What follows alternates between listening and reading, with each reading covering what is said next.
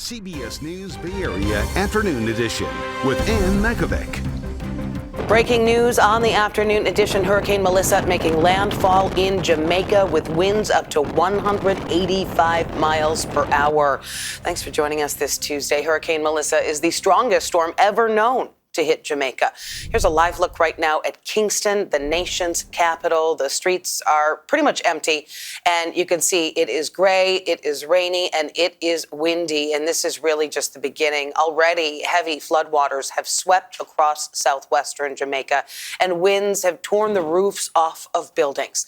Video from the island showing the winds whipping through the palm trees and rain drenching the ground. About 1.5 million people are stuck in the storm's path. The western part of the island have already started to experience severe weather conditions, and as the eye get closer, we are expecting that to intensify. As predicted, there will be extensive damage beyond our imagination in that section of the island, and it is something that we could never plan for. What is left for us now is to wish for the best, hope for the best in terms of the outcome. And here is a look at Melissa from the sky. The U.S. Air Force Reserve crew known as the Hurricane Hunters flew through the storm to collect data for the National Hurricane Center. And our Jessica Birch has been tracking the hurricane's path here in the studio. Jess, what are we looking at? Well, when we take a look at the current conditions, it's now down to 165 miles per hour when it comes to the center of that storm. Take a look at this, though.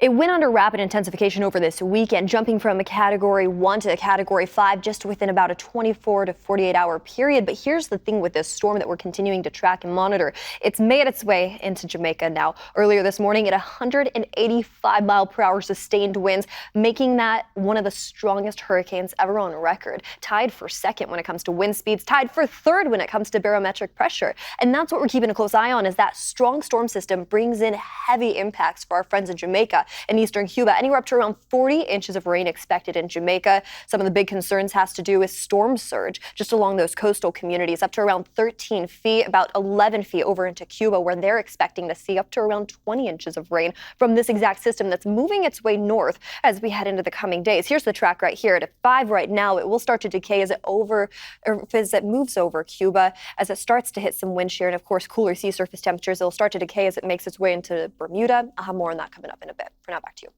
All right, here in the Bay Area, many Jamaican Americans are watching the storm closely, hoping their relatives and friends are okay. Before it made landfall, we spoke with the head chef at Sweet Finger Restaurant in Oakland, who's keeping tabs on his family and maintaining hope that everything is going to be all right. I was just watching some videos of the rain, and it's, looking bad. Send a text to my uncle's wife, and just praying. The resilience of Jamaica, Jamaicans, they are really strong-minded people. We are going to continue to monitor the effects of Hurricane Melissa in Jamaica. Look for updates on air, online at kpix.com, and streaming on the free CBS News app. We are getting new details, meantime, in a deadly shooting that happened during a traffic stop in San Jose last night. It was near College Drive and Fruitdale Avenue. Sheriff's deputies shot a man who they say pulled a knife on them, and he later died. Our Veronica Macias has more. Deputies in Santa Clara County say despite trying to de-escalate the situation and negotiate with the suspect, he acted erratically and then charged at them with a knife. That car being taken away here on Fruitdale Avenue. The vehicle was spotted at about 7:30 p.m. here on Fruitdale Avenue and Lee Avenue. The driver, according to the sheriff's office, immediately began behaving erratically and refused to comply with their commands, eventually barricading himself inside the car. For about 2 hours, they tried to de-escalate and negotiate with the man, but he eventually came out of the car, charging at one of the deputies with that knife, that deputy then firing his weapon. Authorities also say they immediately started life-saving efforts. However, the suspect dying at an area hospital not long after. This investigation now in the hands of San Jose police. Well, this just in, a federal judge in San Francisco has barred the Trump administration indefinitely from firing federal employees during the government shutdown. The judge granted a preliminary injunction while a lawsuit challenging the firings plays out. We'll be following that. Meantime, California just announced a lawsuit against the Trump administration aimed at restoring SNAP benefits. It is joining 22 other states, urging the White House to continue providing food stamps amid the ongoing government shutdown. Without action, 40 million Americans are set to lose access to federal food aid next month. Yesterday, the Trump administration said it will not use emergency funds to restore that aid. Cruelty is the policy. That's what this is about. It's intentional cruelty, intentionally creating anxiety for millions and millions of people, 5.5 million here in our home state. If the lawsuit fails, the governor said he has fast-tracked $80 million to help 50 food banks across the state. A war of words between the district attorney and the public defender in San Francisco, all around a backlog of cases that started during the pandemic. It has now gotten so bad, court officials are having to release defendants who are awaiting trial. Our Brad Hamilton heard from both sides.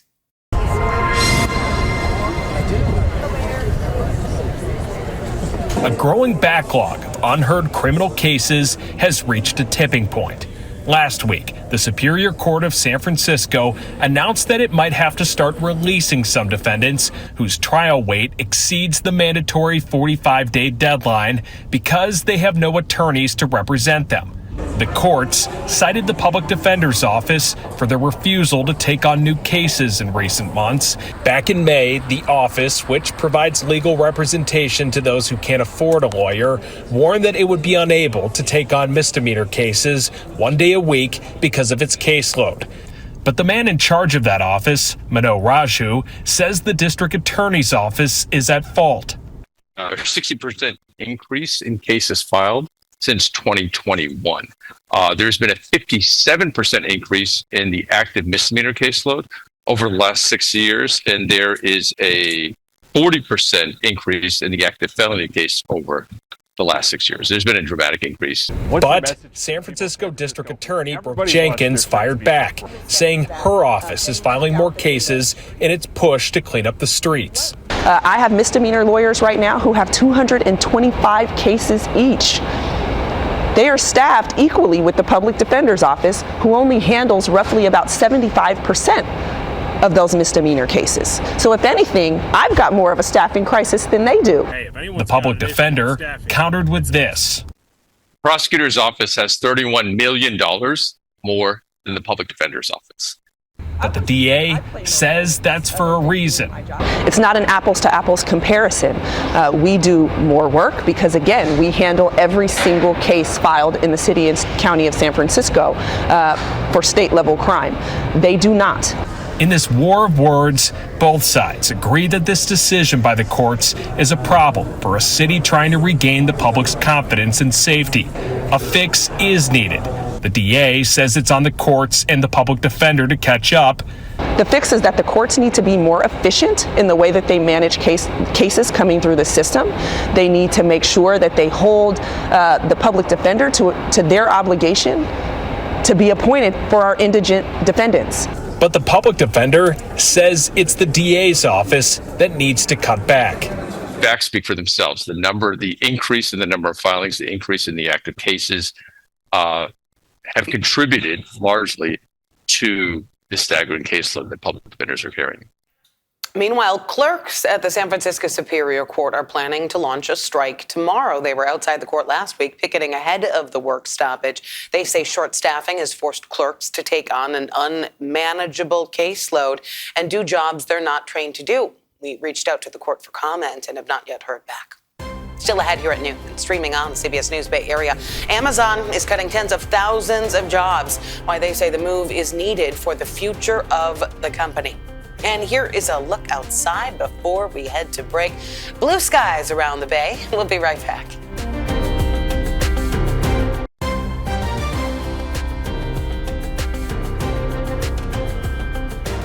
Amazon is cutting jobs, which means thousands could soon be looking for work. Amazon announced it's going to be cutting about 14,000 of its corporate jobs, or about 4% of its staff, as part of an effort to cut costs. They say it is to make the company more efficient. This is coming at the corporate level. And so this isn't Amazon isn't doing well or consumers aren't spending. This is them saying we've got a lot of areas in the corporate level that we think we can be more efficient on. And we're going to take some of those resources away. And then we're going to add some resources in an area that we think is going to be growth worthy, which is AI. Amazon says it expects to continue hiring in other areas and will offer employees 90 days to find a new role internally. Amazon released a statement to its employees to explain the changes. It says, in part, we need to remember that the world is changing quickly. We're convinced that we need to be organized with more leanly, with fewer layers and more ownership to move as quickly as possible for our customers and business. All right, back to our top story. We are continuing to keep an eye on that hurricane in Jamaica. Hurricane Melissa also hitting several other Caribbean islands, including Cuba. We are talking about feet of rain in some spots and very high winds. Back to our first alert weather. We are taking a live look outside. What a contrast. And I know, Jessica Birch, you've been tracking both sides of this story. And really, let's start with what's going on right now in the Caribbean. Better yet, I want to wrap with it. I want to start off with what's happening for us outside today, because let's get straight into the local forecast. Today and tomorrow, what we're gearing up for is some really calm conditions, but daytime highs are sitting a little bit above average.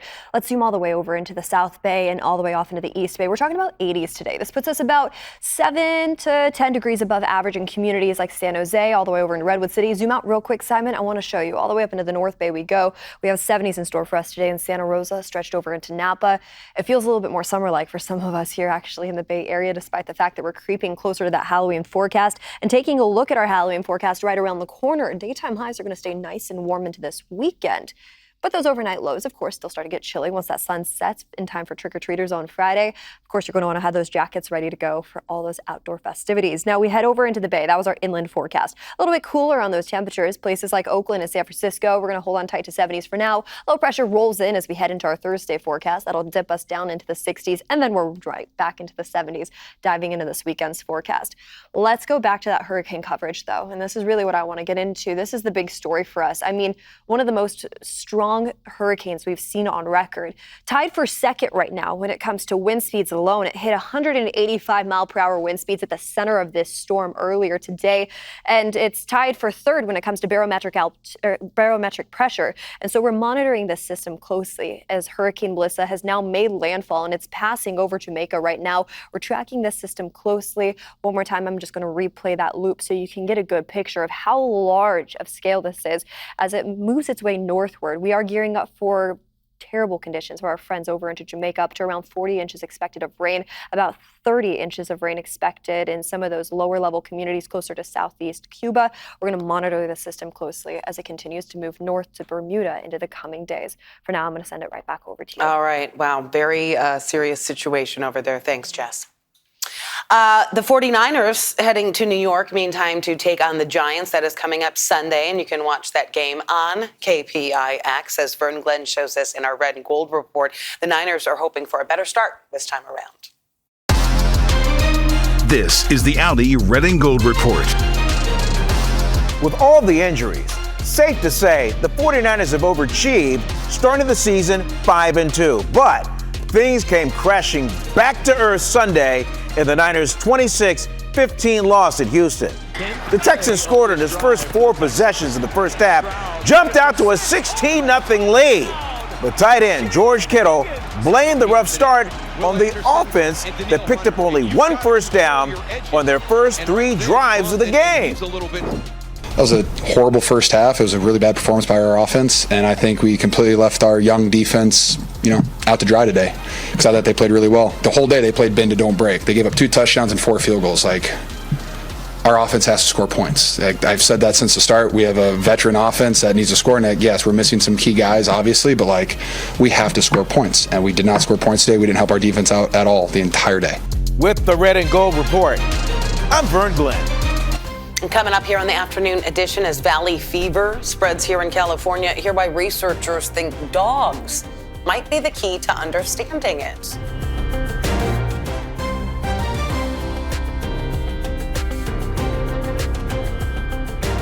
We are seeing more and more cases of valley fever in California. It's caused by a fungus that grows in the soil and can infect both humans and animals. Our Kara St. Cyr talked with a woman from Danville who doesn't know how she was exposed to the virus, but it's been a real struggle. Also with researchers at UC Davis who say dogs may hold the answer to how the disease is spread.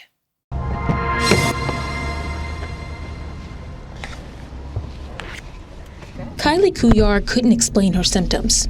Neither could her doctors. I probably had at least 5 or 6 hospital stays. The first time was a month, and then after that, it was usually 2 weeks or 10 days. She had nausea, severe bloating, and rashes covering her arms. I didn't really know if I was ever going to have a normal life. Endless Google searches leading to dead ends. Yeah. But after several hospital stays and a string of misdiagnoses, a breakthrough. I spent a month there before they figured out that it was valley fever. Valley fever is a fungal infection caused by breathing in spores found in soil. People who farm, work in construction, or live in rural areas are most at risk. How did you come in contact with it? That is the question. Nobody really knows. But rarely, people like Kylie, who do none of these things, may get infected. Good boy. Jane Sykes at UC Davis thinks dogs can help us understand why. Dogs, so we've just finished these studies looking at dog test results over the last 10 years. And the interesting thing about this disease is it's actually quite difficult to diagnose. There wasn't a lot of data on dogs getting infected, but Sykes started compiling that information, effectively creating a map of where valley fever spreads. We were finding examples of valley fever in places where we wouldn't normally expect it to occur based on human reporting data. Places like Colorado, Idaho, even the Bay Area show traces of the fungus, giving healthcare professionals a plan to educate. This is the medication that I take every day, and I'll be taking it for the rest of my life. So instances like Kylie's may happen less often. Wild. All right. A newly discovered manuscript from a beloved children's author being released next year. We have a sneak peek at the second book published for Dr. Seuss 3 decades after his death.